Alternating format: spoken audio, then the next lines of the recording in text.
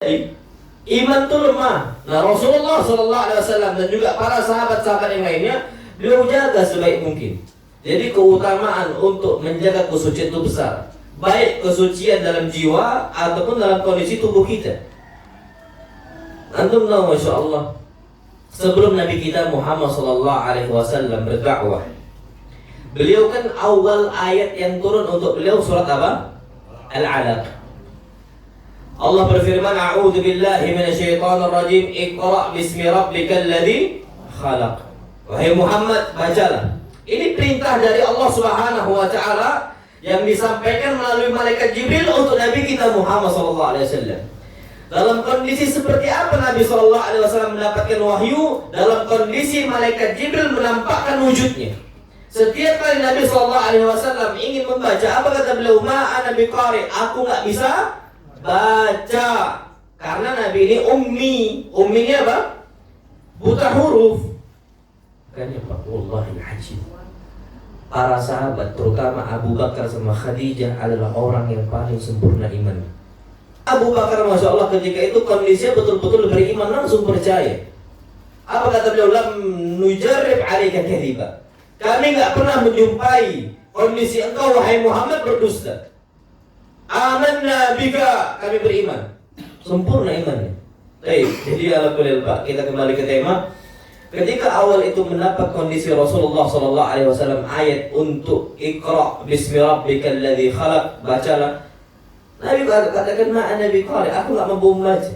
Apa yang terjadi? Fakhattan, beliau malaikat Jibril langsung apa? Mendekap saya. Dikunci kayak gitu untuk membaca Nabi kita Muhammad sallallahu alaihi wasallam. Sampai pulang-pulang kondisi meriang, sakit, demam. Malaikat Jibril kapan sudah didekap, iyalah, satu sayapnya aja ufuk timur sampai ufuk barat tertutup.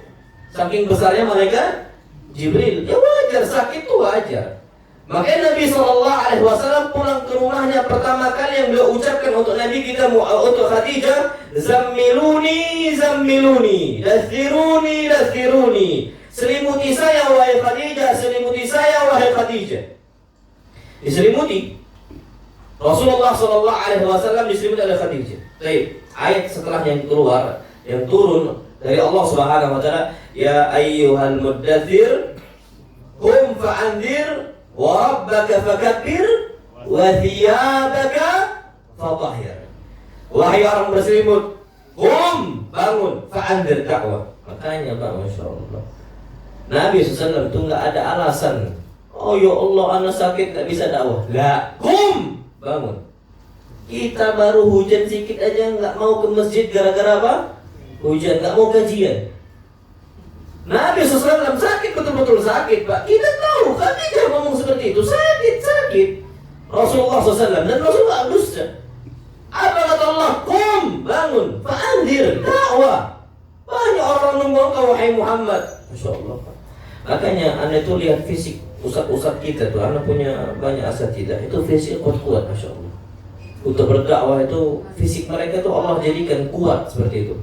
Apa tahan banting? Rasulullah itu tahan banting, disakiti, disiksa, dipukul, dicaci, dimaki. Kalau ana disiksa, ditendang, dilempar batu, mungkin bisa gila kita, na'udzubillah. Tapi apa kata Allah SWT? Wa ma sahibukum bimajnun. Kawan kalian tidaklah apa? Gila, masya Allah. Masih waras Nabi kita SAW. Bagaimana fisik beliau itu kuat, jiwa beliau itu kuat. Sallallahu alaihi wasallam. Baik, apa kata Allah? Qum fa'andir wa rabbaka fakabbir. Bertakbirlah untuk Allah. Besarkanlah Allah, agungkanlah Allah Subhanahu wa taala. Tapi apa perintah Allah sebelum ketika berdakwah? Wa thiyabaka fatahhir. Bersihkan baju engkau. Nah, jadi apa kata para ulama? Kesucian jiwa, kesucian fisik kita itu memang diperintahkan. Apalagi seorang dai, seorang penuntut ilmu datang ke masjid itu dalam kondisi rapi, dalam kondisi yang betul-betul kita lihat adalah tubuh kita itu wangi, rapi. Nabi SAW itu wangi, bersih beliau SAW, rajin berwudu, dan keringatnya pun yang kalau kita bau ucum gitu ya, bau asem. Nabi SAW wangi. Wangi seperti apa? Kasturi misik. Bukan kasturi KW 10 kita Pak yang di pasar. Dan harganya cuma, antum tahu miskul ghazal, ngisi kijang itu 3 mili 30 juta. Miskul ghazal, antum berangkat ke Saudi, cari miskul ghazal. Itu mahal Pak, yang antum, kalau yang kita ini KW itu Pak. Ngisi kita itu ngisi KW sama ambar. Ambar itu dari muntahan paus. Ambar itu amber kalau istilah kita kan. Ambar itu paus yang dia itu ada muntahkan. Nanti di situ ada dari muntahan itu dibuat bahan parfum. Ambar. Makanya diambil zaman dahulu oleh para sahabat itu sebagai bahan minyak, digunakan dari zaman dahulu sudah ada. Dan Nabi SAW suka kondisi wangian. Tapi keringat Nabi SAW, Allah jadikan keringat beliau SAW saking berkahnya tubuh beliau itu wangi. Tapi ternyata beliau masih pakai minyak wangi, Masya Allah. Udahlah wangi, pakai minyak wangi lagi, bersih kondisinya. Nah kita harus seperti itu Pak, harusnya ya. Apalagi kata Allah Subhanahu Wa Taala, Ya bani Adam khudhu zinatakum inda kulli masjid. Wahai bani Adam, pakailah perhiasan kalian setiap kali berangkat ke masjid. Perhatikan tubuh kita, tubuh yang wangi. Bahkan Nabi kita Muhammad SAW bersabda dalam sebuah hadis yang sahih, Hubbiba ilayya min dunyakum atibu wan nisa. Dijadikan saya ini mencintai perkara dunia kalian berupa atib. Apa atib? Minyak wangi. Beliau SAW itu wangi.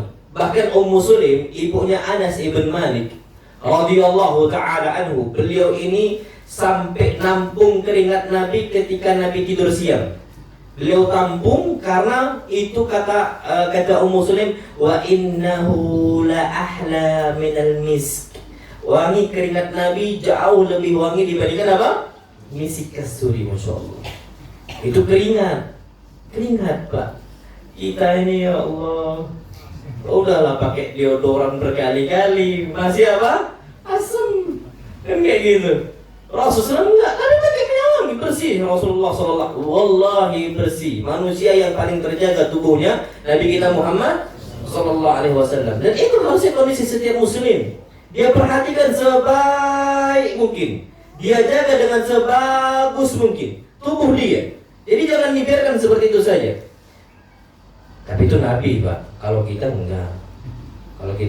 Antum tahu ludah Nabi pun berkah Pak. Pernah Nabi kita Muhammad SAW mengatakan dalam perang Khaybar, beliau mengatakan, la'utiyanna rayata ghadan rajulan yuhibbullaha wa rasulahu wa yuhibbuhullahu wa rasuluhu. Besok aku akan berikan bendera perang ini untuk pemimpin kalian. Sifatnya 2.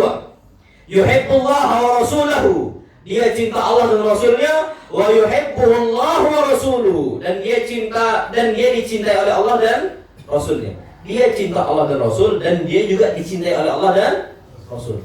Para sahabat bingung, siapalah kira-kira besok akan dikasih. Jadi malam itu mereka begadang. Kayaknya fulan, kayaknya Alan gitu. Tiba-tiba Nabi SAW berkumpul bersama para sahabat untuk perang. Nabi SAW nanya, Aina Ali? Mana Ali bin Abi Thalib? Faqala ya Rasulullah ishtaka aini. Matanya itu sakit, jadi gak bisa berbaris. Karena ketika itu Ali bin Abi Thalib, mata beliau itu sakit, jadi beliau rasa saya gak bisa juga untuk berkumpul. Dan saya yakin bukan saya yang dikasih apa?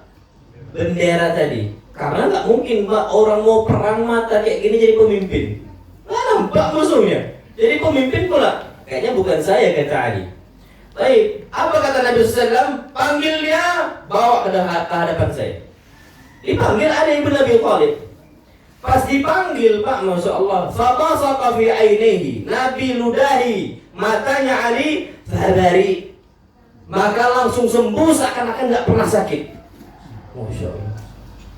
Antum sakit mata datang ke ana ludahi, tambah sakit.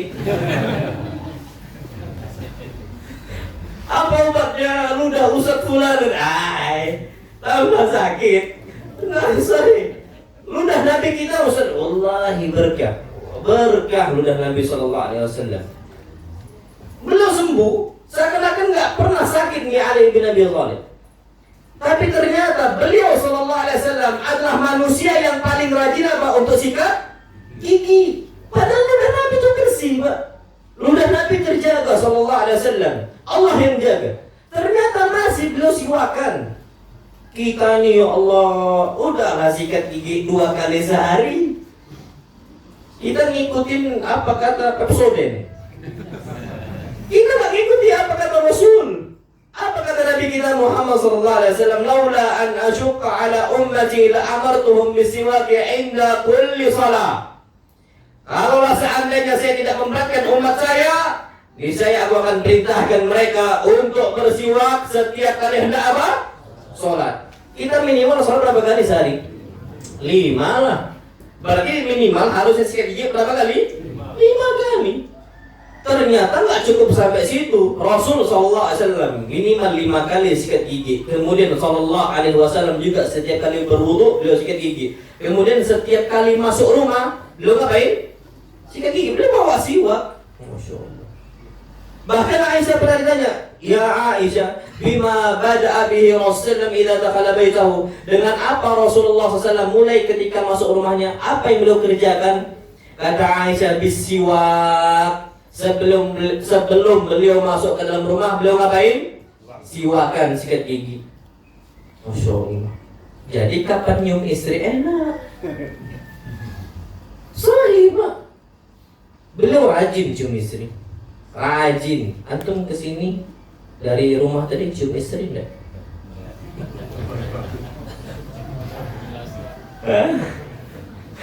Harus cium istri, harus.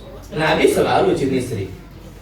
Disebutkan dalam sebuah hadis kata Aisyah, "Kana Rasulullah idza kharaja ila salati qabbala ba'da azwajihi." Nabi SAW setiap kali hendak salat 5 waktu ke masjid, beliau selalu cium istrinya. Wangi. Kalau kita kadang-kadang mungkin bau asbak. Sikat gigi lah kita, bismillah. Sikat gigi. Jangan nggak sikat gigi. Wallahil adzim. Wallahil adzim. Ana ucapkan wallahil adzim. Sikat gigi istri kita. Loh Pak, malaikat aja terganggu sama bau apa? Mulut. Jangan Pak, jangan. Makan bawang, bau tubuh itu terganggu. Dijaga kesucian diri kita. Wudunya dijaga sebaik mungkin. Kenapa? Itulah kondisinya. Seorang muslim harus bersih. Seorang muslim harus jaga kesuciannya. Tapi bahkan keutamaan yang lain, yang namanya wudu atau bersuci itu bisa menghapuskan dosa-dosa kita. Bahkan Nabi kita Muhammad SAW bersabda, "Man tawadda'a fa ahsanal wudu." Barang siapa yang dia itu bersuci dan dia sempurnakan sucinya, dia sempurnakan wudunya, kharajat khatayahu min jasadihi, maka dosa-dosa dia akan keluar dari jasadnya, hatta takhruja min tahti azfarihi, sampai keluar tuh dari ujung apa? Kukunya. Keluar semua dosa-dosa dia. Insyaallah. Jadi wudu itu harus sempurnakan. Jangan harus diusap kayak gini. Ini kadang-kadang orang kayak gini, kadang-kadang ini nggak kena, ini nggak kena. Kata Nabi SAW, ahsanal wudu, yang berwudu dan dia sempurnakan apa?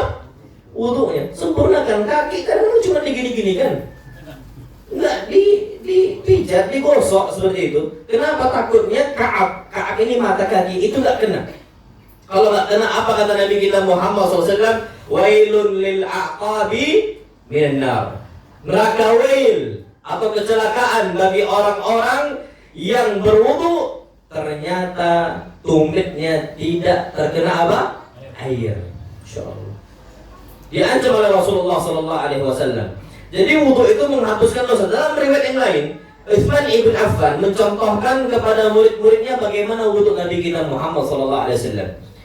Apa kata Utsman? Ra'aitu Rasulullah sallallahu alaihi wasallam tawaddu'a nahwa wudu'i hada. Aku melihat Rasulullah SAW berwudu sebagaimana wudu saya saat ini. Faqala man tawadda'a nahwa wudu'i hada. Apa kata Rasul? Barang siapa yang berwudu sebagaimana wudu saya saat ini, tsumma qal, kemudian dia mengatakan, kemudian dia salat la yuhadditsu fihi ma nafsah, dia khusyuk salatnya, tidak bayang A bayang B, tidak mikirkan A mikirkan B. ghufira lahu ma taqaddama min dzambi, maka akan dihapuskan dosa-dosa dia yang lalu. Jadi syaratnya kalau mau mendapatkan ampunan dosa-dosa kita yang lalu, syaratnya kita berwudu, kemudian sholat 2 rakaat. La yuhaditsu fihi ma nafsa. Dia khusyuk, tidak membayangkan A, bayangkan B. Karena Allahu Akbar, bayangannya semisal gulai kambing. Enggak bisa, enggak dapat. Allahu Akbar, tadi gulai kambingnya masyaallah enak gitu. Enggak dapat. Yang dapat itu adalah ketika kita posisinya betul-betul khusyuk di hadapan Allah Subhanahu wa taala. Itu disebutkan oleh Nabi kita Muhammad sallallahu alaihi wasallam. Kemudian wudu, orang-orang rajin berwudu itu akan nampak ciri khas mereka pada hari kiamat. Nampak sahih. Bahkan Nabi kita Muhammad sallallahu alaihi wasallam bersabda, "Inna ummati yud'auna yaumal qiyamati ghurran muhajjalina min atharil wudu." Sesungguhnya umat saya akan dipanggil oleh Allah Subhanahu wa taala, mereka dibangkitkan oleh Allah Subhanahu wa taala pada hari kiamat ghurran muhajjalin, wajah mereka bercahaya, kedua tangannya dan kedua kakinya apa? Bercahaya. Sebabnya apa? Min atharil wudu, dari bekas wudu. Jadi Pak, nanti pada hari kiamat Allah bangkitkan tuh ada ciri khas masing-masing. Orang rajin wudu, orang rajin sholat, maka wajahnya dan tangannya dan juga kakinya apa? Bercahaya. Sampai orang-orang seperti itu ketika cahaya yang terang, mereka akan terus mengatakan, Rabbana atmim lana nurana waghfir lana. Ya Allah, terus sempurnakan cahaya kami ya Allah, jangan kau redupkan. Karena apa? Di akhirat nanti kapan redup cahaya? Bukan ke surga, kemana? Ke neraka, salah jalan. Karena kenapa? Pada hari kiamat tuh zalam, gelap, kecuali yang Allah kasih cahaya. Maka semua orang pada hari kiamat mengatakan atmim lana nurana, ya Allah sempurnakanlah cahaya bagi kami. Itu ciri khas mereka. Untuk orang-orang yang rajin wudu dan rajin apa? Sholat. Sama orang yang rajin azan. Apa ciri khasnya? Lehernya panjang. Kayak jerapah loh Ustaz. Kayak apa? Jerapah? Enggak. Orang kalau kita nganggap sekarang leher panjang lucu, tapi pada hari kiamat kemuliaan. Kita tahu itu. Dan itu bahkan yang dicemburui oleh seluruh kaum muslimin, memiliki leher apa? Panjang. Itu khas. Sebagaimana yang lain, orang kapan punya 2 istri tapi condong ke salah satunya, tidak berbuat apa? Adil. Datang pada hari kiamat dalam kondisi apa? Miring. Man kanat lahu imra'atan, barang siapa memiliki 2 istri, famala ila ihdahuma, condong ke salah satunya, tidak berbuat adil. Ja'a yaumal qiyamati wa shiqquhu ma'il. Dia datang pada hari kiamat dalam kondisi apa? Mereng, macam orang stroke. Setengah itu kondisi apa? Nggak hidup. Mereng lah kondisi dia, jalan itu nggak sempurna. Itu ketika tidak berbuat apa? Adil. Contoh yang lain, orang yang hobi minta-minta. Apa kata Nabi kita Muhammad SAW? La yazalur rajul yas'alun nas. Seseorang itu ada yang minta manusia, minta kepada manusia, minta ngemis. A'udzubillah. Apa kata Nabi SAW? Hatta ya'tiya yaumal qiyamah, sampai dia datang pada kondisi hari kiamat, walaysa ala wajhihi muz'atu lahmin, di wajahnya tidak ada sekerat daging. Jadi kalau nanti ada orang dibangkitkan wajahnya cuma tengkorak, berarti dia ini dulu hobi apa? Ngemis. Itu kondisi kita nampak. Nah jadi Allah kuliah, kita berharap pada hari kiamat wajah kita sempurna, ada cahayanya, tangan kita sempurna, ada cahayanya, kaki kita sempurna, ada cahaya. Itu karena kita apa? Hobi wudu. Itu tanda-tanda orang memiliki apa? Iman pada hari kiamat. Nah, wallahu a'lam bishawab. Makanya kita dikasih oleh Allah Subhanahu wa taala perhiasan pada hari kiamat ketika kita rajin berwudu. Sebagaimana hadis Nabi kita Muhammad sallallahu alaihi wasallam, "Tablughul hillatu minal mu'min haitsu yablughul wudu." Allah akan berikan terus perhiasan untuk seseorang muslim, perhiasan loh ya, selama dia itu memperhiaskan apa? Wudunya. Dia baguskan wudunya, maka Allah Subhanahu wa taala akan apa? Hiasi kondisinya. Wallahu a'lam bishawab. Baik, kemudian amal yang kedua. Sampai jam berapa kita nih Pak?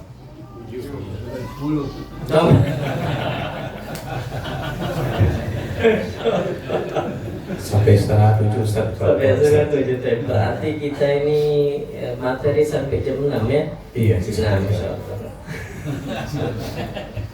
Anda kalau kajian 6, kalau kajian Ba'dul Maghrib sampai jam berapa kita nih? Jam 12 Ustaz. Insyaallah. Baik.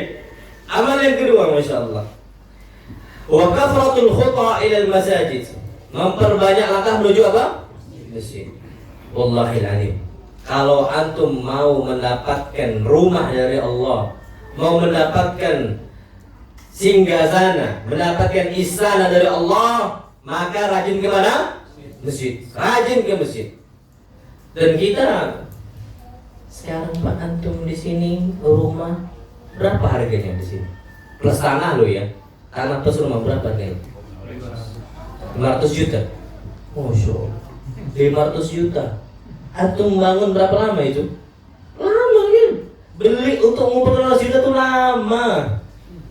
Antum dibangunkan oleh Allah rumah yang besar, bukan di dunia yang tidak ada harganya, macam kambing mati, bangkai kambing.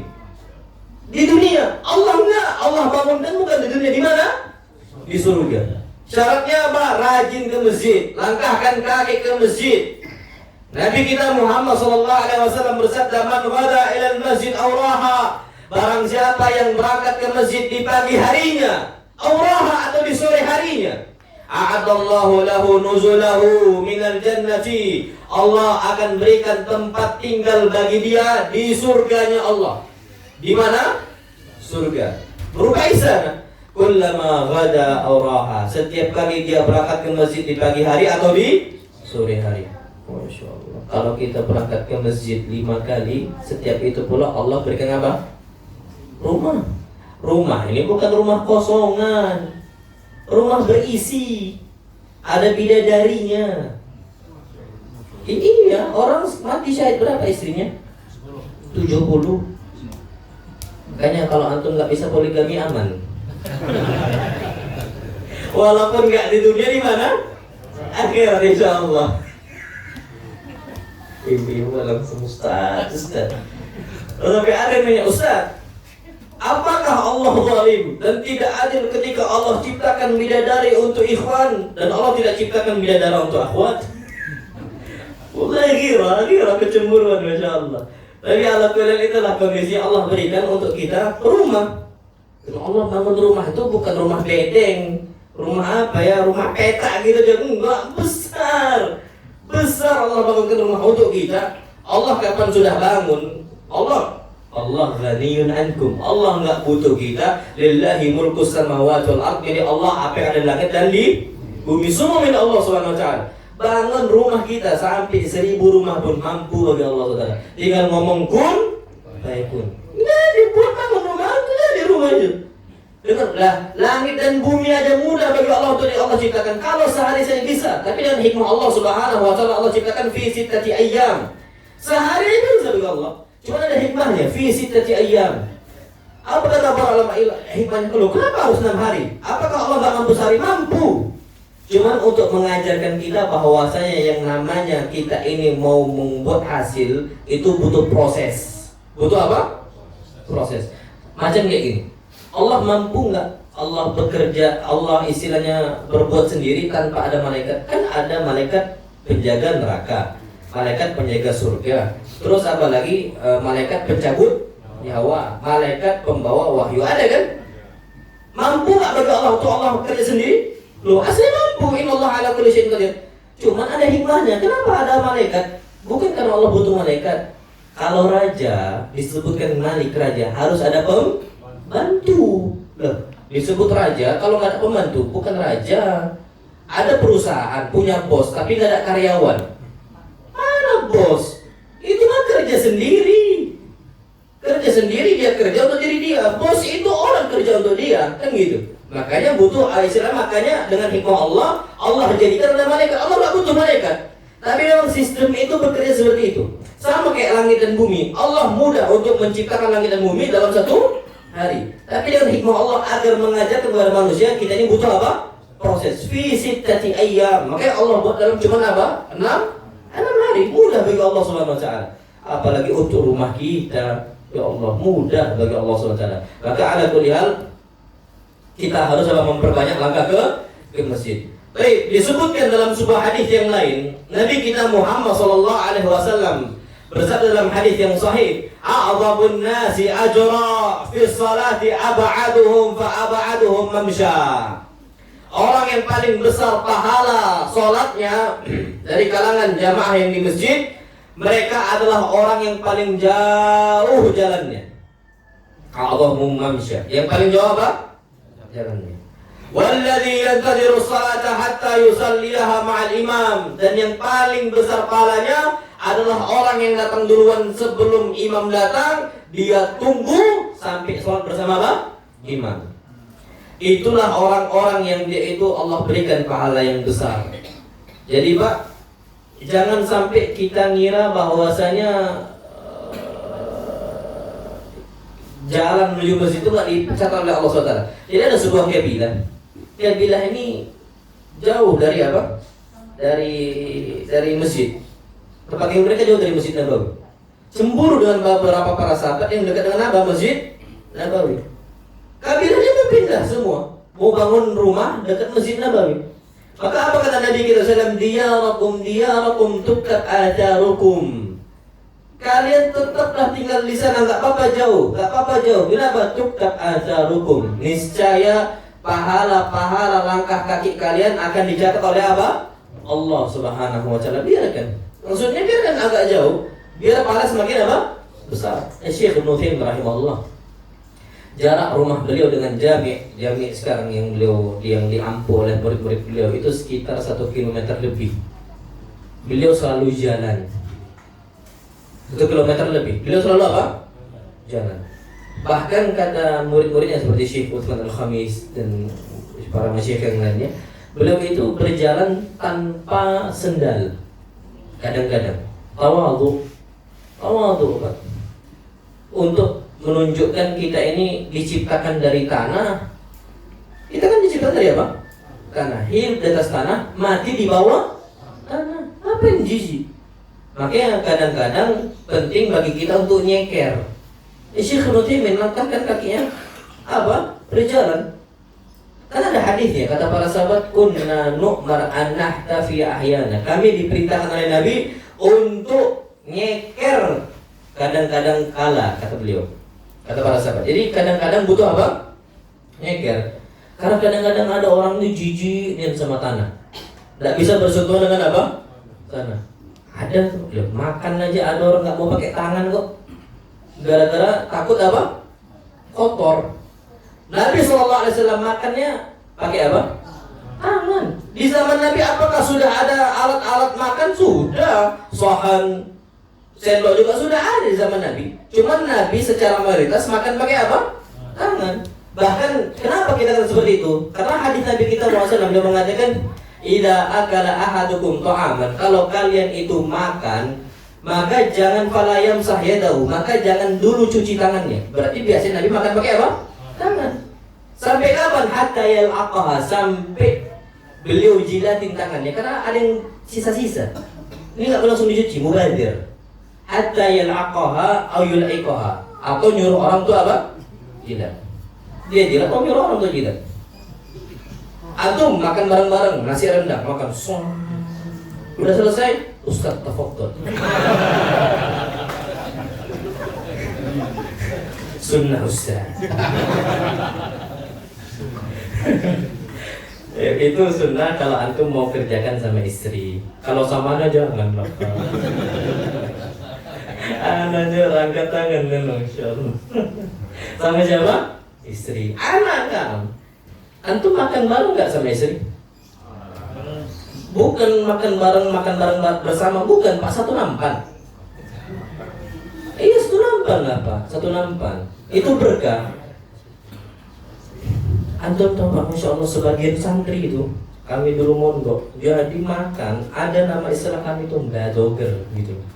Badoger itu badok gitu. Makan tuh buahnya, nasi itu segunung. Tapi yang ajib Pak Allah, lauk santri itu dibagiin sama petugas. Kalau nasi nggak dibagiin, bebas ngambil. Jadi nasinya segunung, ayamnya sejempol. Yang ajibnya antum tahu, nasinya habis, ayam masih ada.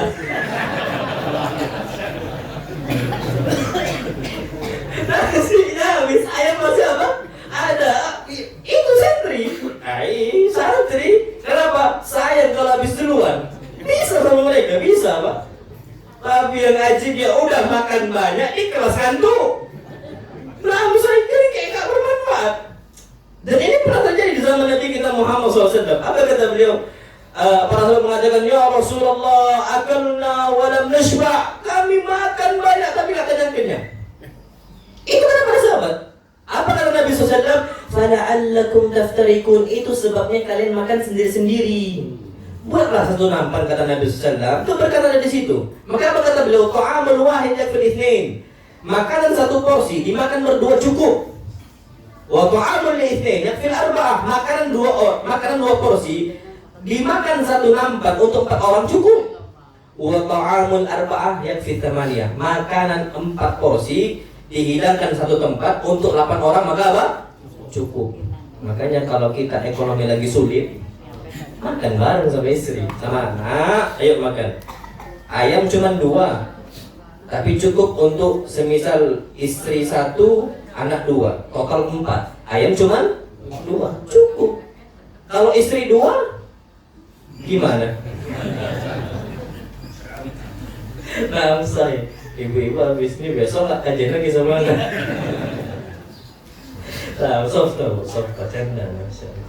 Tapi ala kuliah yang perlu kita ketahui adalah kok nyampe sana kita? Sebentar. Tapi ala kuliah dalam Syekh Ibnu Utsaimin. Jadi apa? Melangkahkan kaki itu penting. Bahkan beliau itu sampai apa? Sampai enggak pakai sendal dan pernah dibangunkan, mau dibangun oleh raja. Jadi dibangun raja itu rumah besar dekat apa? Masjid. Apa kata Syekh Ibnu Utsaimin? Jangan bangun untuk saya. Bangun untuk murid-murid saya. Sampai sekarang itu bangunan masih ada.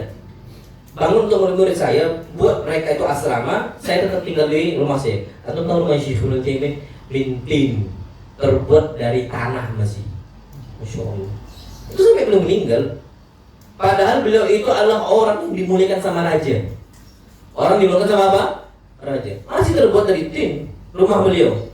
Rahimahullah. Dan itu termasuk ketawaduan seorang muslim, seorang apa? Seorang ulama. Wallahu a'lam bishawab. Baik, kemudian hadis Nabi kita Muhammad sallallahu alaihi wasallam yang lain beliau mengatakan man tatahhara fi baiti.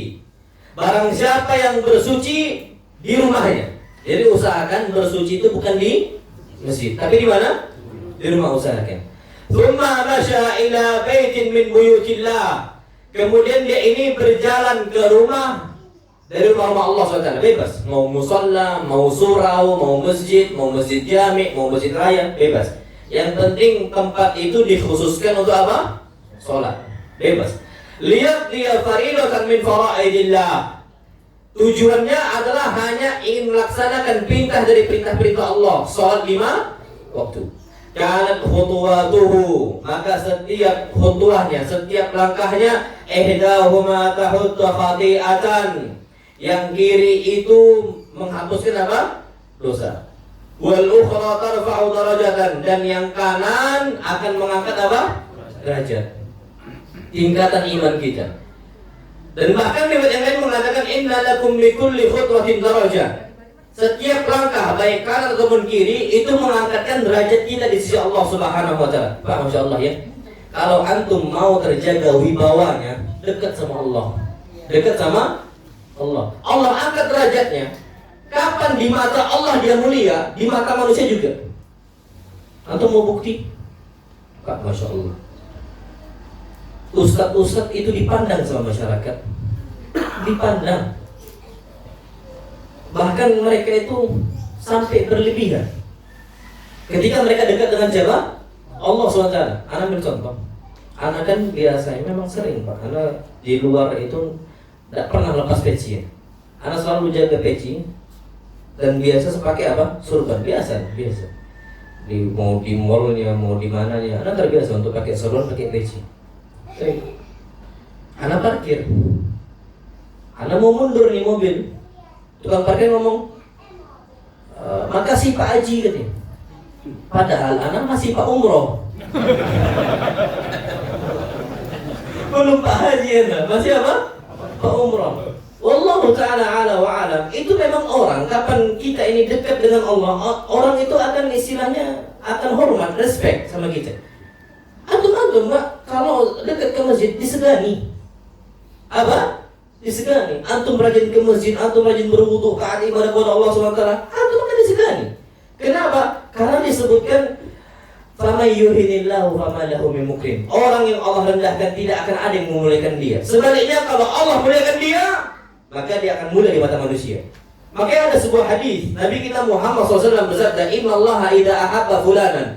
Kalau Allah mencintai seseorang, fulan semisal, maka apa? Beliau panggil semua makhluk yang di dekat beliau, yang di dekat Allah SWT. Allah panggil malaikat-malaikat nih, panggil. Apa kata Allah? Inni ahabbtu fulanan fa'ahibbuh. Saya cinta nih sama fulan. Kalian wajib mencintai dia. Fa'idha ahabbahu ahlu samawat. Kalau seandainya para penduduk langit sudah cinta, maka otomatis penduduk bumi juga apa? Cinta. Disegani. Nabi SAW, Pak, saking bencinya mereka terhadap Rasul, mereka ini menyiksanya tuh nggak langsung. Padahal aslinya mereka langsung mau bunuh. Tapi mikir. Nah, sorry. Ada istilahnya ngelobi Abu Talib, ngelobi Fulan, ngelobi Alan. Sungkan sama Nabi kita Muhammad SAW, nggak berani, Pak. Saking dekatnya beliau SAW dengan Rabbnya, dengan Allah Subhanahu wa Ta'ala. Jadi kalau mau kemuliaan, dekat dengan Allah. Kalau apalagi kemuliaan, Pak, yang paling mudah antum dapatkan itu dari Al-Quran. Dari mana? Al-Quran. Dari Al-Quran, ibadah kepada Allah. Di masjid, antum melangkahkan kaki ke masjid, habis itu apa? Baca Quran. Antum tahu Pak, Masya Allah, Al-Quran ini datang dari zat yang paling mulia. Siapa? Allah. Kalamullah, firman Allah Subhanahu wa Ta'ala. Baik, dibawa oleh malaikat siapa? Jibril. Anda tanya sekarang, malaikat yang paling utama malaikat siapa? Jibril. Malaikat Jibril ditugaskan oleh Allah Subhanahu wa Ta'ala membawa kepada Nabi kita Muhammad sallallahu alaihi wasallam. Nabi yang paling afdal siapa?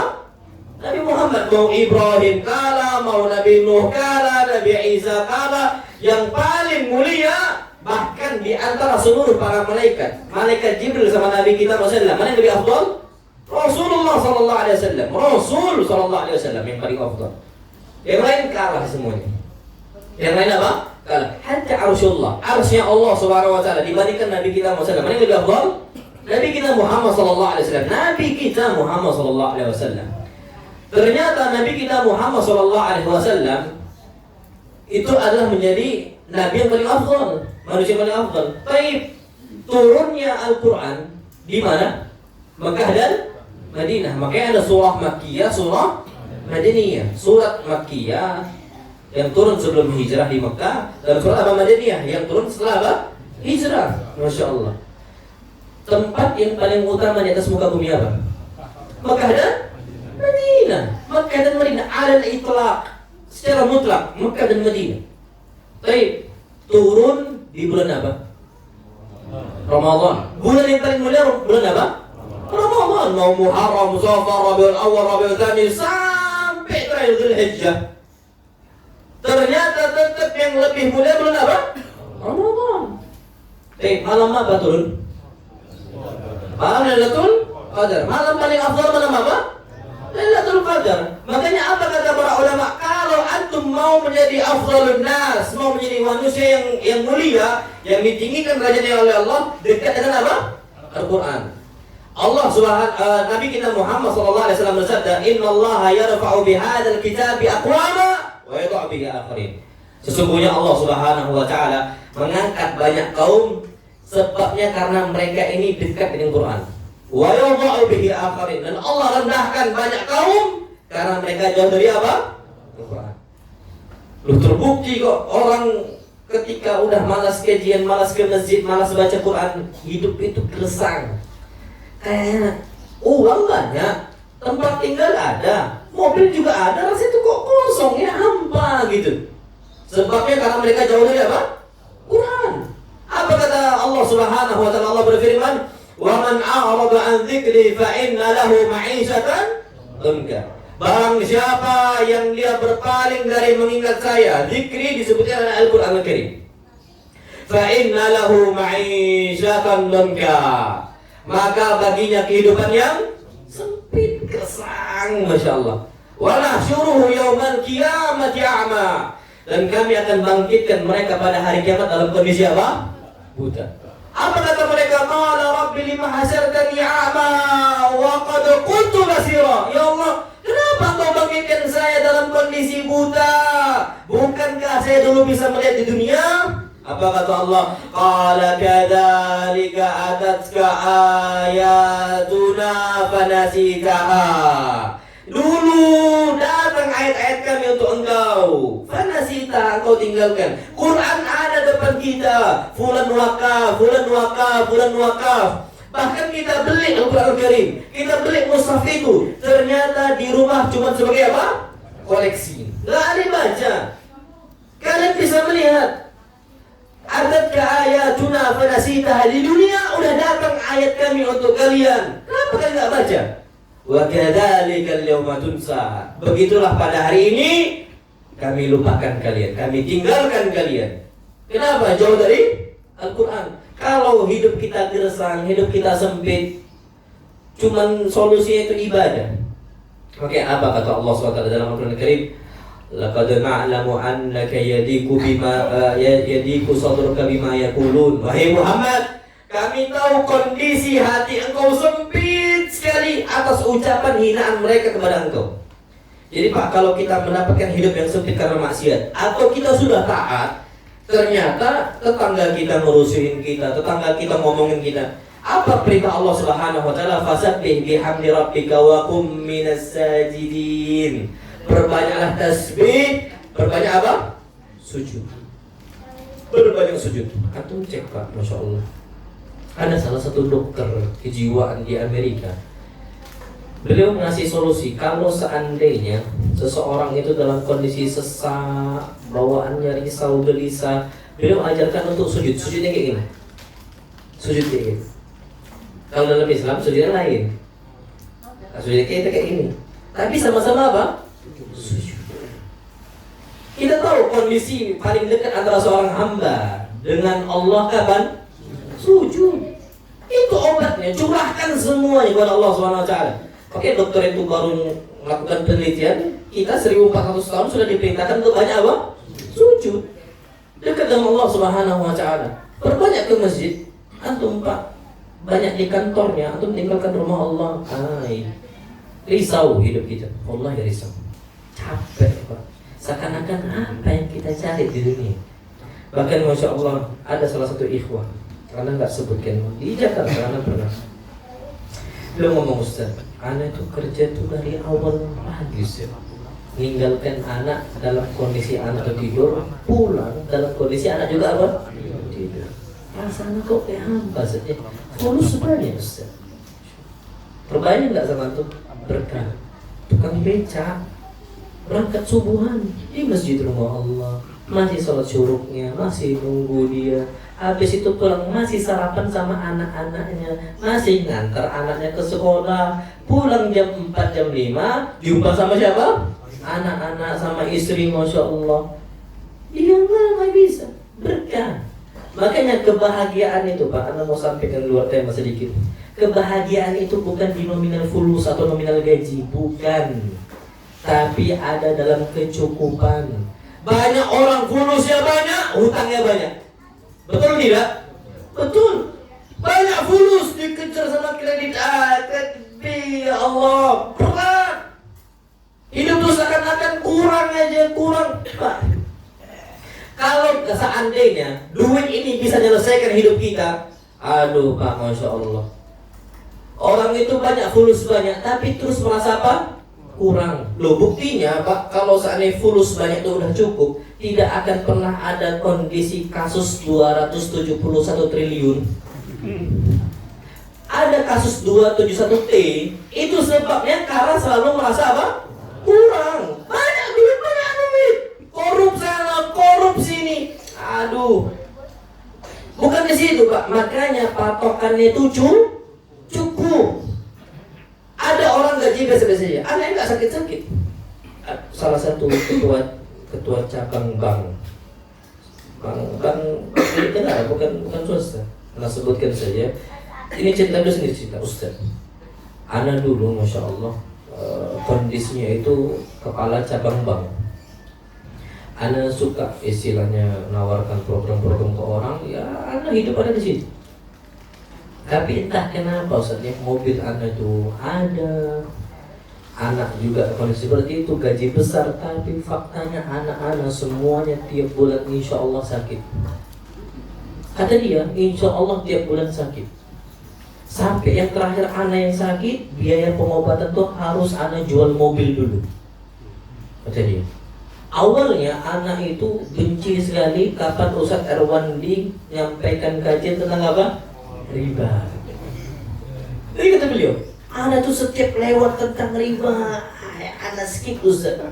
Anak tak mau skip kata dia. Sampai terakhir muncul tiba-tiba Ustaz Erwandi lagi tentang apa? Riba. Nampaknya ini perintah Allah untuk anak dengarkan Ustaz. Anak dengarkan. Ini di Solo beliau, di Solo. Anak dengarkan Ustaz, Masya Allah. Nampaknya memang penyakit ini datang. Pak, Allah ngasih untuk kita yang banyak. Mudah nggak bagi Allah untuk narik balik? Mudah. Inna lillahi ma'a'ta wa lahu ma'akhad. Kan gitu kan? Bagi Allah apa yang Allah kasih, bagi Allah juga apa yang Allah ambil. Suka-suka Allah, mudah. Ternyata nampaknya memang solusi harus meninggalkan apa? Riba. Beliau cerita sama Allah, ya naqsimbillah. Beliau katakan anak keluar alasan. Sampai terakhir anak pengobatan anak alasan untuk anak resign. Anak sakit, anak jual mobil anak. Selesai anak sakit, anak nggak lagi kerja sama apa? Sama bank. Anak kerjanya di IT di sebuah pondok pesantren. Pondok anak dulu mondok. Jadi beliau jadi IT, gaji nggak seberapa Ustaz. Tapi anak-anak nggak pernah sakit lagi tiap bulan. Dan anak nggak sakit juga, Masya Allah, total sembuh kata beliau. Ini beliau cerita sendiri, Pak. Makanya kalau kita mau hidup yang nyaman, bukan di nominal fulus, tapi di keberkahan hidup. Makanya doa Nabi SAW, Allahumma kfini bihalalika an haramik. Ya Allah, cukupkan saya. Ingat apa? Cukupkan saya bihalalika an haramik, dengan apa yang engkau halalkan untuk saya, sehingga saya tinggalkan yang haram. Pak, kalau antum masih ada yang riba, jangan tersinggung, Pak. Jangan tersinggung, jangan. Ini sebagai nasihat. Enggak apa-apa, Pak. Nasihat kita sama-sama belajar, enggak ada masalah. Baik. Jadi alat kuliah di sini yang perlu kita ketahui adalah bahwasanya enggak perlu, Pak, sampai antum tuh ngoyo gitu ya. Istilah apa yang ngoyo? Apa getol untuk nyari fulus tuh enggak. Karena pada faktanya keberkahan hidup yang kita cari. Keberkahan apa? Hidup. Nah, wallahu alam besok. Jadi alat kuliah peringatan sudah nih namanya. Oh, nah, pertanyaan. Masih ada berapa menit? 10 menit ya. Ya Allah ya Rabb. Insyaallah. Baik, kemudian kita lanjutkan lagi di sini. Keutamaan yang lain, kita berangkat melangkahkan lagi ke masjid. Ada satu hadis. Nabi kita Muhammad sallallahu alaihi wasallam bersabda, "Sab'atun yudhilluhumullahu fi dhillihi yawma la dhilla illa dhilluh." Ada 7 golongan yang Allah Subhanahu wa taala naungin golongan tersebut pada sebuah hari, pada satu hari tidak ada naungan kecuali naungan siapa? Allah Subhanahu wa taala. Nabi kita Muhammad sallallahu alaihi wasallam bersabda dalam hadis yang sahih. Yang pertama, imamun adil. Imam yang apa? Adil. Imam yang adil ini Pak banyak, bukan imam harus presiden, enggak. Pemimpin rumah tangga imam bukan? Imam. Harus adil. Sama anak-anaknya juga harus adil, Pak. Kalau antum enggak adil bahaya. Antum tahu sikap enggak adil seorang bapak untuk anaknya? Anak pertama dapat barang selalu baru. Anak kedua dapat barang selalu second. Second dari siapa? Abangnya. Adil nggak itu? Nggak adil. Nggak adil. Loh, terus gimana solusi Ustaz? Antum mau solusi? Jadi gini, antum berikan mainan untuk anak antum yang baru, antum juga kasih untuk anak antum yang kedua. Jangan anak kedua second dari abangnya. Jangan. Tengoklah Pak, biasanya yang berbakti cuma anak pertama. Anak kedua nggak mau dia. Kenapa? Karena selalu dapat barang apa? Second. Second masih bagus barangnya, tapi barang yang masih bagus sedekahkan ke orang. Kasih anak-anak fukara yang ada di pinggir jalan, kasih. Kita mampu untuk beli, kenapa beli satu? Kan sayang fulus ya Ustaz. Apa firman Allah? Lan tanalul birra hatta tunfiqu mimma tuhibbun. Kalian tidak akan mendapatkan kebaikan dari Allah sampai kalian infakkan, sedekahkan harta yang masih bagus dari kalian, yang kalian cintai. Baju kan satu masih bagus, kasih fukara. Berapa harga baju sekarang? Anggaplah 50.000, keluarkan 100.000, kasih duduk yang bagus. Antum sedekahkan, dapat pahala dari Allah, Allah balas di dunia dan di akhirat. Itu Pak solusi. Antum tahu, insya Allah, kasus Nu'man ibn Bashir. Jadi Bashir ini punya anak, beberapa anak, banyak. Salah satunya apa? Nu'man. Nu'man ini, apa kata Nu'man? Inna abi nahalani arda. Bapak saya ngasih sebidang tanah, dan dia nggak ngasih yang lain. Nah, ketika itu mau dicari persaksian. Salah satu saksinya adalah Ummi Nu'man, istrinya apa? Bashir. Apa kata umminya? Fa inni lam ashhad ala zur. Itu zalim. Kalau engkau cuma kasih untuk siapa? Nu'man. Aku nggak mau bersaksi di atas kezaliman. Wahai suamiku, datang engkau ke Rasulullah minta fatwa. Kalau boleh aku bersaksi, kalau enggak aku nggak mau. Oke. Kata Bashir, berangkatlah dia. Ketika itu Bashir mengatakan kepada Rasulullah, ya Rasulullah, aku punya beberapa anak dan aku hanya ngasih sebidang tanah untuk siapa? Nu'man saja. Apa kata Nabi kita Muhammad SAW? La, jangan. Ayasurruka an yakunu ilaika fil birri sawa. Maukah engkau mau anak-anak engkau semuanya berbakti, bukan cuma si Nu'man, tapi semua apa? Berbakti. Maka apa kata Bashir? Naam ya Rasulullah. Maka apa kata beliau? Ittaqillaha fi auladik. Takutlah engkau dalam urusan anak-anak engkau. Harus berbuat apa? Adil. I'dilu baina auladikum, kata Nabi. Adillah kalian sesama anak-anak kalian. Jangan diprioritaskan yang pertama. Jadi macam kayak istilah tulang punggung keluarga. Akhirnya yang menjadi tulang punggung keluarga biasanya anak pertama atau anak kedua? Yang pertama, karena dulu dia dikasih yang berbakti anak pertama, Pak. Itu fakta yang ada. Betul nggak? Betul. Betul. Makanya anak ingatkan, harus jadi imam yang adil, pemimpin yang adil. Itu Pak. Kemudian yang kedua, wa syabun nasya'a fi ibadatillah. Pemuda yang tumbuh di atas ibadah kepada Allah. Makanya kalau bisa Pak, anak-anak antum, para pemuda, kalau antum mungkin kan sudah tua-tua Pak, bukan lagi syab, bukan lagi para pemuda. Oke, udah lewat masa kita syabab. Maka apa? Bisa anak kita yang jadikan untuk mendapatkan keutamaan ini. Wa syabun nasya'a fi ibadatillah. Kita masukkan ke pondok pesantren. Enggak usah perlu takut Pak rezeki mereka. Ustaz, kalau anak masukkan anak-anak ke pesantren, makan apa? Pak, sampai sekarang anak masih hidup. Makan nggak berjalan? Makan. Kenapa kata Allah, "Wa ma min dabbatin fil ardi illa 'ala Allah rizquha." Tidaklah ada satupun makhluk yang berjalan di atas muka bumi kecuali pasti ada apa? Rezekinya. Pak, Masya Allah, ada satu hadis yang agung sekali di mata. Nabi bersabda, Inna nafsa lan tamut hatta tastawfiya rizqaha. Sesungguhnya satu pun jiwa, baik manusia ataupun hewan, pokoknya semua makhluk yang bernyawa tidak akan wafat, tidak akan meninggal sampai sempurna apa? Rezekinya. Jadi dulu anak punya ayam, Pak. Kami di pondok punya ayam. Jadi ayam itu punya beberapa anakan. Ada yang satu karena anak kurung gitu Pak ya. Waktu itu karena ada beringas induknya, jadi anak agak kurung gitu. Insyaallah. Jadi ada satu anak, ini anak ayam itu yang lemes gitu. Anak lihat kayaknya keinjak sama siapa? Induknya. Anak saya, apa keinjak ini, Masya Allah. Tapi akhirnya kami selamatkan, kami letakkan agak di luar gitu, di kandangnya. Tapi Pak, kami bingung. Ini gimana caranya? Tersiksa tapi nggak mati. Mau dibunuh kasihan, kan kayak gitu. Mau disembelih kasihan, masih kecil nggak tega. Dibiarkan nggak mati-mati, tersiksa. Apa solusinya? Bingung kami. Ada salah satu karyawan pondok ngomong, Ustaz, kasih makan Ustaz. Baik, kami kasih makan 1 butir apa? Beras. Dikasih makan 1 butir beras, habis itu mati. Apa kata bapak itu? Ustaz, kali rezeki dia ada yang belum masuk. Itulah. Butir apa? Beras. Padahal kali kesedek dia.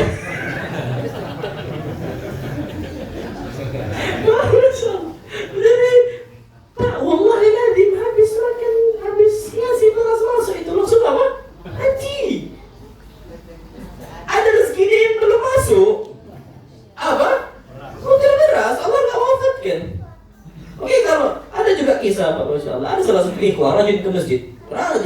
Beliau bangun musola. Untuk orang sholat. Sakit beliau ini stroke. Sakit apa? Stroke. Tapi Pak, Masya Allah, Allah nggak takdirkan wafat. Lama stroke itu nggak ditakdirkan wafat oleh Allah. Sampai pada puncaknya, dia minta ke salah satu ikhwah, ngomong, Pak, bapak saya makan martabak.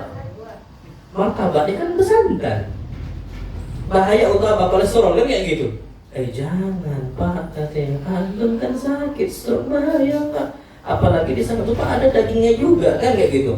Santan pula. Jangan Pak. Anggap saya itu udah lama nggak makan apa? Martabak. Bingung lah ini kan bapak ini. Aduh gimana? Tapi permintaan dia dibawalah waktu asar. Dibawa asar. Makan apa? Martabak. Habis makan martabak, isyaknya meninggal. Apa kata ikhwan? Ustaz, ini cerita cuma antara anak sama antum ya. Aku takut dicatat sama istri sama meninggal nih bapak pulang. Yang giring ke apa? Martabak. Tapi mungkin ya bisa jadi ada yang belum masuk apa martabak. Belum masuk. Jadi nggak usah ragu Pak. Masya Allah. Kayak nggak mau masukkan anak ke pondok. Dulu kan gitu. Jangan masuk ke pondok. Mau makan apa? Nggak bisa kita makan kertas. Betul. Karena kan santri kan sibuk apa? Baca. Pak, sekarang ustaz-ustaz itu hidup. Masa pandemi baik hidup? Apakah dan setahu anak yang paling nggak risau di masa pandemi ustaz justru. Yang mereka mau makan apa gitu ustaz? Anaknya biasa baik gitu loh. Ustaz, kondisi ekonomi sekarang lagi gini. Terus Pak, mau bilang apa? Aman insyaallah. Selama kita ini masih Allah takdir. Makanya ada sering kajian Pak. Habis dibuka kajian lagi kan tahun 2023. Saya 3 tahun kan pandemi dibuka. Pak, kita bersyukur kepada Allah. Bisa nggak kita lalui masa pandemi 3 tahun? Jawabannya apa? Bisa. Ekonomi susah, oksigen payah dan sebagainya Pak. Kalau udah sakit tapi masih hidup, berarti semua bergantung dari siapa? Allah SWT. Jadi syabun fi ibadatillah, para pemuda yang tumbuh karena ibadah kepada Allah, maka apa? Antum nggak usah ragu Pak. Kita percepat sampai kepada hadis Nabi kita sallam, warajulun qalbuhu mu'allaqun bil masajid. Seseorang yang hati terpaut dengan apa? Masjid. Jadi sering katakan hati masjid. Tapi waktu kita sudah habis, udah jam 6 insyaallah. Pada pertemuan berikutnya anak akan kaji dengan tema yang lain insyaallah subhanahu wa ta'ala. Tapi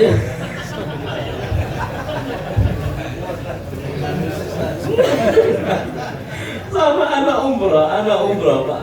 Anak umrah waktu itu. Ada ngisi kajian di masjid, pelataran masjid Nabawi. Ustaz, ada ibu-ibu umah ngomong, Ustaz. Jadi habis kajian kita, habis ini. Habis lah Bu. Ustaz, kami rindu sama kajian antum. Dan ibu kapan lagi mau? nanti di bandara kita kan, di bandara Dubai kan ada transit Ustaz, antum bisa kajian lagi. Kata Mutawif, janganlah Bu Ustaz ini capek. Jadi di bandara tuh sampai mau dibuat apa kajian lagi. Tapi anak tuh sebenarnya senang Pak, senang. Anak memang hobi yang ngisi kajian. Di sini udah passion anak tuh memang senang. Anak tuh senang ngomong kajian. Jadi ada satu, makanya ada, tapi anak nggak bisa lama-lama sama antum. Ada sebuah ucapan Ibn Mas'ud. Ini juga anak sampaikan kemarin di Marala, Masjid Marala. Ibn Mas'ud tuh kalau ngisi kajian tuh bagus kan. Fasahatul lisan, ucapannya tertata, penyampaiannya lugas, jamaah tuh dengarnya itu memang betul-betul paham, enak gitu Pak. Apa kata murid-muridnya Ibn Mas'ud? Ya Aba Abdurrahman, lau dzakkartana kulla yaumin. Kenapa engkau itu enggak mau ngisi kajian untuk kami setiap hari dengan waktu yang panjang, Masya Allah. Apa kata Ibn Mas'ud? Innahu lam yamna'ni an udzakkirakum bimaw'idatin illa karahata sa'amata 'alaikum. Aku enggak mau ngisi kajian untuk kalian setiap hari. Aku takut kalian yang bosan.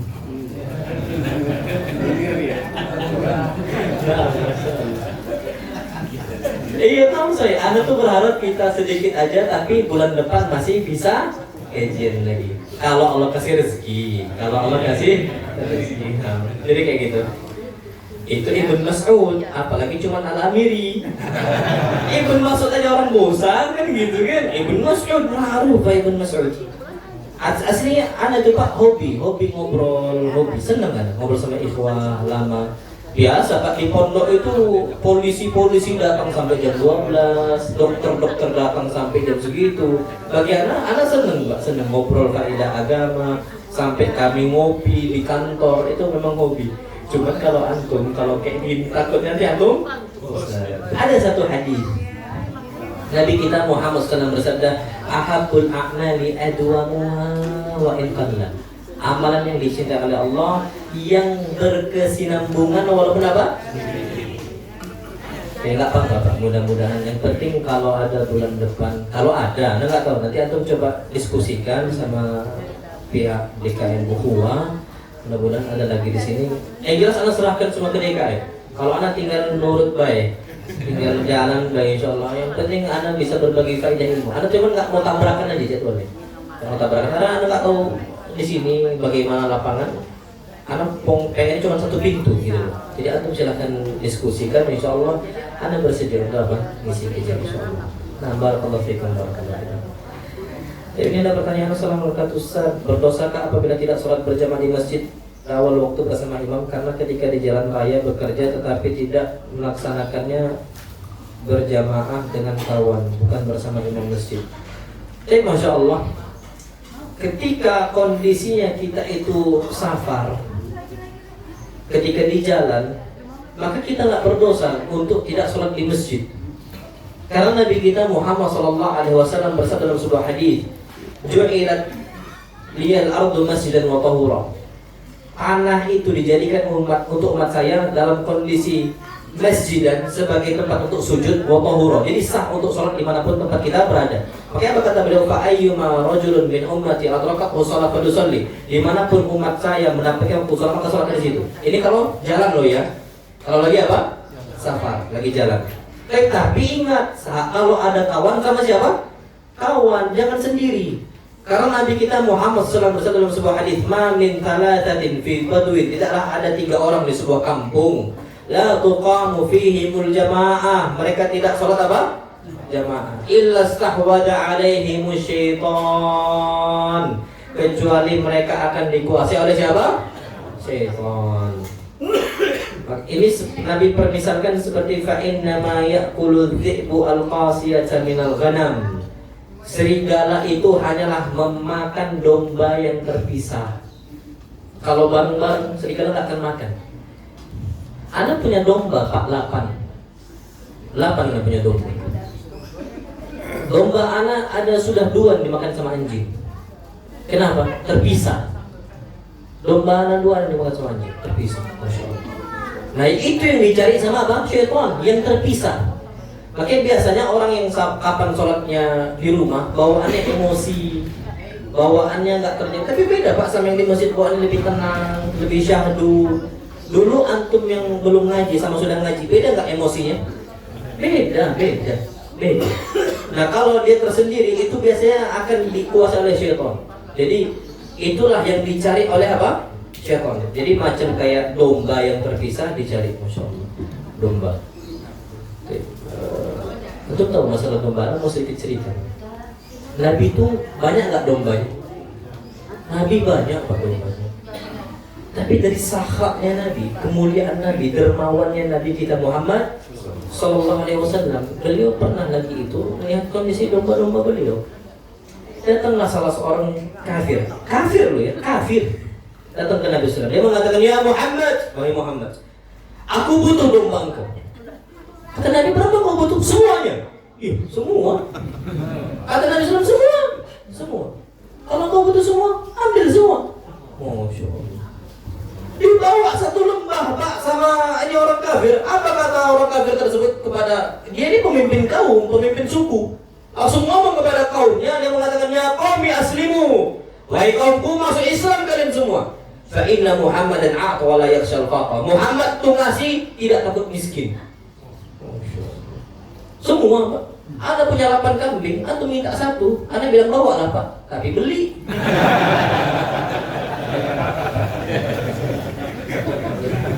Tapi apa? Beli lah Pak. Jangan bawa ke rumah majan, jangan free, beli lah. Bawa tapi bawa lah. Nabi semua Pak, tadi beli, bawa lah. Kata Nabi SAW, susah ini Pak. Ada bawa kondisi yang lain, Masya Allah. Nabi kita Muhammad SAW itu pakaiannya kan cuma 2. Apa yang dipakai sama apa yang dicuci. Itu ibu-ibu tuh coba tanya, berapa baju ibu-ibu Pak? Istri antum berapa bajunya? Oh, lemari. Lemari itu semisal ada 2 pintu satu lemari. Satu pintu 4 laci, satu pintu 4 laci, ada 8. 7-nya punya istrinya. Punya suami cuma apa? 1. Ummahat ini memang ada hisapnya Bu. Ada apa? Hisap. Nabi SAW cuma 2, apa yang dipakai sama apa yang dicuci. Khalas. Pernah kondisi Nabi SAW itu tinggal 1, pakaiannya lusuh betul. Ada salah seorang wanita datang ke Nabi kita SAW ketika melihat kondisi Nabi itu baju lusuh. Wanita yang mengatakan, ya Rasulullah, aku akan hadiahkan engkau pakaian yang paling baik, yang paling bagus. Masya Allah Pak, ketika dikasih pakaian, Nabi langsung pakai. Nah, ini Pak, usahakan kalau antum dikasih hadiah langsung pakai. Itu sunnahnya. Untuk membahagiakan orang yang ngasih apa? Hadiah. Dikasih jam langsung pakai jam, dikasih cincin langsung pakai cincin, dikasih baju langsung pakai apa? Bajunya. Tapi kalau kotor janganlah. Kalau masih bau, masih baru, nampak kali masih barunya, jangan dicuci dulu. Tapi kalau antum bisa pakai langsung, dikasih peci langsung pakai kayak gitu. Itu sunnahnya. Tapi Nabi langsung pakai Sallallahu Alaihi Wasallam. Nabi ngisi kajian. Apa kata salah seorang sahabat ketika lihat pakaian Nabi bagus? Ya Rasulullah, innani li haja ilai. Aku ini butuh pakaian engkau. Kata Nabi SAW, engkau butuh? Tunggu sebentar. Nabi lagi kajian. Habis kajian, Nabi SAW lipat. Nabi kasih untuk yang minta tadi. Semua sahabat langsung marah, istilahnya memaki ini sahabat yang minta apa? Baju Nabi. Apa kata mereka semua? Innaka sa'alta Rasulullah sallallahu wa alimta annahu la yaruddu sa'ila. Kenapa kau minta kepada Nabi SAW? Sedangkan kau tahu kapan beliau diminta, beliau nggak akan apa? Nolak, pasti beliau ngasih. Kenapa kau minta? Beliau itu butuh dengan pakaian kau. Dia jawab pula sahabat-sahabat ini, aku nggak butuh. Aku butuhnya apa? Litakuna kafani, agar baju ini jadi kafan saya. Nabi butuh hari itu, dia butuh kapan? Pas mati, pas meninggal. Ya Allah. Apakah Nabi larang? Biarkan, kata Nabi.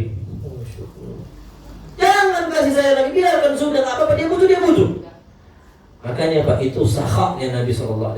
Makanya kalau kita hidup di zaman Nabi, insya Allah Pak, kita akan merasakan harta Nabi. Insya Allah, aslinya ya, kebaikan Nabi itu mulia sekali. Sallallahu alaihi wasallam. Abu Hurairah merasakan, Abu Darda merasakan, Abu Qatadah merasakan, hatta aghniya wal athriya.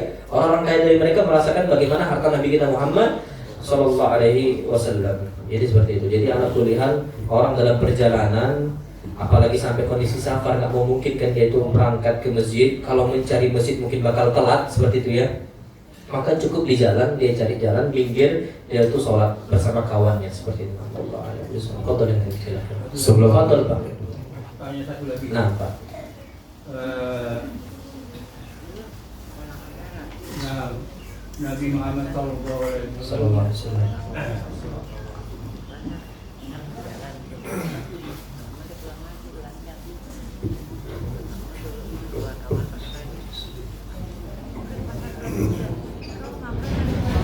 membuang ludah. Pengertian ludah di sini apakah mempunyai arti tanda benci kepada sesamanya atau membawa penyakit? Mohon. Meludah untuk Ali. Nabi SAW meludahi untuk siapa? Ali bin Abi Thalib, memang untuk menyembuhkan, metode pengobatan. Jadi karena ludah Nabi itu kondisinya adalah berkah, maka beliau SAW meludah di matanya siapa? Ali. Dan itu termasuk memang wasiat dari Allah. Apa yang Nabi kerjakan, apa yang Nabi katakan, semua wahyu dari Allah. Allah berfirman, wa ma yantiqu 'anil hawa in huwa illa wahyun yuha. Wahyu yuha. Tidaklah apa yang beliau ucapkan, yang beliau kerjakan itu murni wahyu yuha, wahyu yang diwahyukan oleh Allah kepada Nabi kita Muhammad sallallahu alaihi wasallam. Jadi memang ketika beliau meludah kepada Ali bin Abi Thalib itu memang cinta. Memang cinta kepada siapa? Ali. Dan akhirnya sembuh radhiyallahu taala anhu. Jadi seperti itu. Tapi itu metode itu nggak bisa kita praktekkan sekarang, nggak bisa. Asli sakit anak orang. Tapi Nabi SAW, Masya Allah ya, antum tahu Pak kondisi Nabi wudhu itu memang khusus untuk Nabi. Nabi wudhu sampingnya anak kecil. Nabi canda, Masya Allah. Nabi kumur-kumur dihembus. Kalau kita Pak wudhu samping kita ada anak orang, jangan disembur. Marah bapaknya. Kenapa nggak basah? Disembur sama Pak Fulan gitu. Dan lagi gitu. Nabi canda sallallahu alaihi wasallam. Tapi Pak udah Nabi wangi sallallahu alaihi wasallam. Yang rajin siwa kan memang asli wangi kan. Nabi hembus. Anak itu senang. Jadi Nabi itu senang dengan kondisi anak-anak. Jadi yang ajib Pak, manusia yang paling sempurna Nabi. Sama anak kecil masuk, pemuda masuk, dewasa masuk, bapak-bapak sudah tua masuk, laki-laki masuk, perempuan masuk, semua. Hebat Pak Nabi. Makanya hikmah Allah. Nabi SAW lahir di kota apa? Mekah. Mekah ini kampung. Ummul Qura. Indo apa? Kampung. Dulu Mekah kampung Pak. Tumbuh besar di kabilah apa? Bani Sa'ad. Disusui sama Halimah Sa'diyah. Ini Badui, pelosok. Pelosok Badui. Makanya Nabi SAW kapan ditarik selendang Nabi sampai membekas sama orang Arab Badui, Nabi marah enggak? Enggak. Masjid Nabi lagi kajian, ada yang kencing di masjid, Nabi marah enggak? Enggak. Ajib Pak. Jadi Nabi lagi ngisi kajian, ada Arab Badui datang, tiba-tiba kencing di pojokan masjid. Fazajarahunna, semua orang tegak merinding. Kata Nabi SAW, la tazlumu, jangan dimarahin. Ya Badui, Nabi tahu itu. Badui. Biarkan. Sudah, nanti habis itu kita apa? Siram. Antum tahu Pak, ketika semua orang marah ini sama Arab Badui tadi, yang nggak marah cuma siapa? Rasulullah. Langsung angkat tangan dia. Allahumma arhamni wa Muhammada wa la tarham ma'ana ahada. Ya Allah, rahmatilah hanya saya dan Muhammad saja. Dan jangan rahmati selain kami berdua. Arab Badui, insyaallah. Jadi Nabi hidup di Bani Sa'ad, Masya Allah. Hidup di Bani Jadi sama orang pelosok masuk, sama kampung masuk, meninggal di kota apa? Madinah. Sama orang kota masuk, orang Jakarta masuk, orang kampung masuk, misal kayak macam mana di Prabuni masuk, di pelosoknya lagi dusunnya masuk. Itu Nabi kita Muhammad sallallahu alaihi wasallam. Anak-anak juga sama, beliau masuk dunia anak-anak. Anak-anak lagi main, Nabi lewat. Apa kata Nabi kita SAW? Kata Anas bin Malik, fasallama alaihim. Beliau selalu salam untuk anak-anak. Anak tuh Pak, Masya Allah, santri kita tahu lah kondisinya. Anak tuh kalau lagi naik motor, semua anak-anak assalamualaikum Ustaz, kayak gitu. Assalamualaikum. Anak-anak masyarakat, karena anak terbiasa Pak lewat dengan anak-anak main. Anak selalu apa? Ucapkan salam. Anak nggak nampak mereka, anak jalan ya kayak motor. Mereka di ujung, lihat anak, assalamualaikum, gitu ya. Dari jauh, anak nggak nampak Pak. Karena Nabi itu biasa seperti itu. Jadi sama anak-anak tuh dekat Nabi kita Muhammad SAW. Antum tahu nggak? Anas bin Malik punya adik. Siapa namanya? Abu Umair. Adiknya Anas bin Malik punya Abu Umair. Ini masih kecil Abu Umair. Jadi anak kecil boleh pakai kunyah. Misal Abu Umair tadi masih kecil, kunyahnya Abu Umair. Dia punya hewan peliharaan burung. Tapi Pak, kalau antum melihara burung nggak boleh sendiri. Zalim, karena Allah jadikan hewan itu ada syahwat, harus ada apa? Pasangan. Jangan sendiri Pak, nggak boleh zalim itu. Zalim. Harus ada pasangan. Jadi ini punya hewan peliharaan, Nughir namanya. Nabi tahu nama hewan peliharaannya, masya Allah Pak. Nabi tahu. Datanglah Nabi Sallam, nangis, dia musuh apa? Burungnya peliharaannya, masya Allah, nangis. Abu Umar, apa kata Nabi Sallam? Ya Abu Umar, apa fa'alan Nughir? Abu Umar, kenapa Nughir gitu? Masya Allah. Pak, hewan peliharaannya Abu Umar yang tahu, namanya itu tahu gitu loh Nabi. Masya Allah, dekat Nabi SAW. Orang tua juga sama Pak. Nabi masuk, ada salah seorang wanita yang sudah tua renta, minta fatwa dari Nabi. Apa kata Nabi SAW? Hai Ummah, ikhtari ayyasikakil madinati syi'ti. Silahkan ibu cari jalan gerbang Madinah mana yang kau mau. Kita akan bicara, Masya Allah. Nabi buka waktu untuk itu. Jadi Nabi kita SAW itu memang sempurna, Masya Allah. Jadi alam kuliah di sini Nabi SAW meludah untuk Ali dalam kondisi cinta, dalam kondisi bahagia, senang. Apalagi Ali ibn Abi Thalib ini menantunya Nabi kita Muhammad Sallallahu Alaihi Wasallam. Bismillah Ustaz. Bagaimana kalau minta-minta kepada suami? Apakah termasuk dalam hadis yang tadi Ustaz sebutkan? Lah. Minta pada tempatnya tidak. Seorang anak minta dari dari ibu atau dari bapak, apakah terancam? Hadis Nabi jawabannya tidak. Seseorang meminta kepada penguasa pemerintah, apakah masuk hadis Nabi? Jawabannya tidak. Kita meminta kepada seorang memiliki wilayah atau kekuasaan kepada kita halal. Contoh istri kepada siapa? Suami. Ada hak wilayah di situ.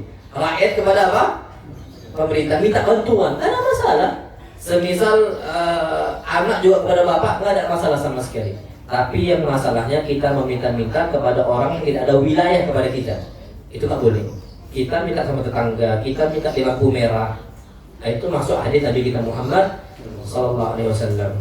Nah, jadi memang kondisinya istri minta lah sama suami, bang kita mau beli ini beli itu. Antum kalau gajian jangan kasih istri ke semua, jangan. Pak, rumah tangga itu nggak sehat. Antum gajian antum kasih istri semua, nggak sehat. Insya Allah tengkar. Insya Allah. Udah banyak yang datang ke anak. Insya Allah tengkar. Apa solusinya? Tidak ada harta bersama, tidak ada harta gono gini. Kata orang harta suami, harta istri, harta istri, harta istri.